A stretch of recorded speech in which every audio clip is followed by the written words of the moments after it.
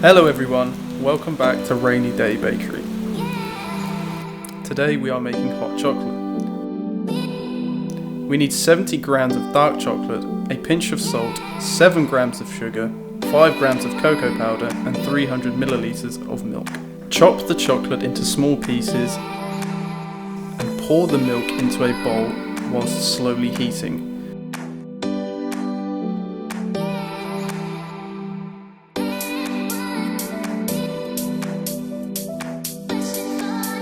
Then add the cocoa powder into the bowl and mix well.